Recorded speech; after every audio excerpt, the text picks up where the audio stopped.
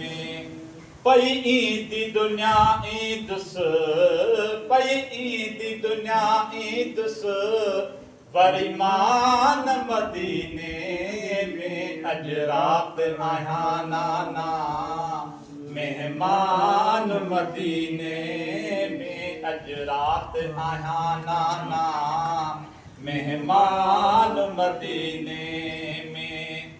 गल लाए मूंखे चो तूं वन तोखे इजाज़त आ अज तुंहिंजे नवासे जी हीअ आख़िरी ज़ियारत आ गल लाए मूंखे चो वन तोखे इजाज़त आ अज तुंहिंजे नवासे जी हीअ आख़िरी ज़ियारत आ ॿधी पंहिंजो रखियो मूं आ ॿधी पंहिंजो रखियो मूं आ सामान मदीने में अज रात आया नाना मेहमान मदीने में अज रात आया नाना मेहमान मदीने थो गुंबद खिज़रा जी मां माणिया राहत पियो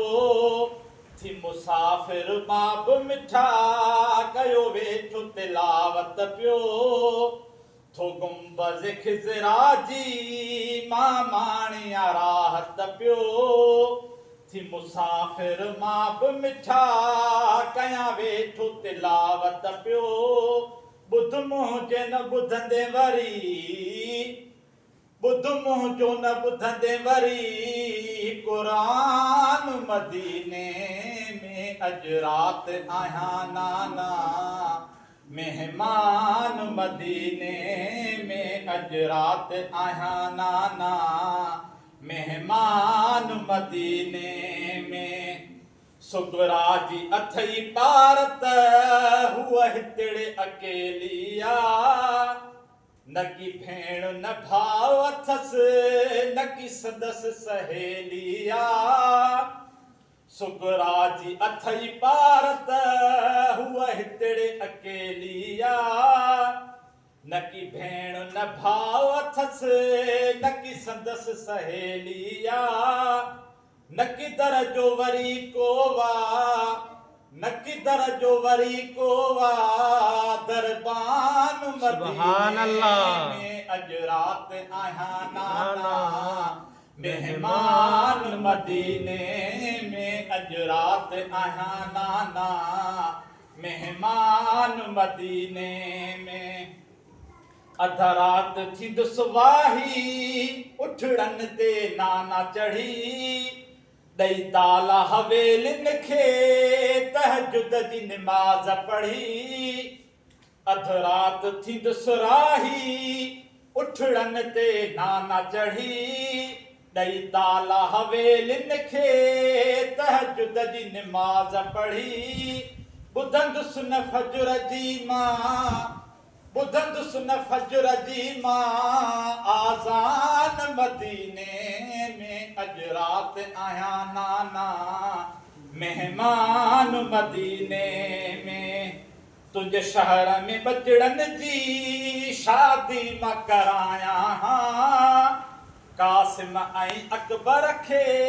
मोड़ गाना पाराया तुंहिंजे शहर में बचड़न जी शादी मां कराया कासिम ऐं अकबर खे मोड़ गाना पाराया पूरी ही उमेद मुंहिंजी पूरी ही उमेद मुंहिंजी थी कान मदीने में अज रात आया नाना मेहमान मदीने में कजां दुआ त वञी दिल पर इम्तिहान में पास थिया तुंहिंजे दीन तां असगर ऐं घोरे गाज़ी अब्बास ॾियां कजां दुआ त वञी दिल पर इम्तिहान में पास थिया तुंहिंजे दीन तां असगर ऐं घोरे गाज़ी अब्बास ॾियां रोई मीरल गिलाल चयो रोई मीर लॻलाल चयो सुल्तान मदीने में अॼु राति आहियां नाना मेहमान मदीने में पई ईंदी दुनिया ईंदुसि पई ईंदी दुनिया ईंदुसि वरी मान मदीने में अॼु राति आहियां नाना मेहमान मदीने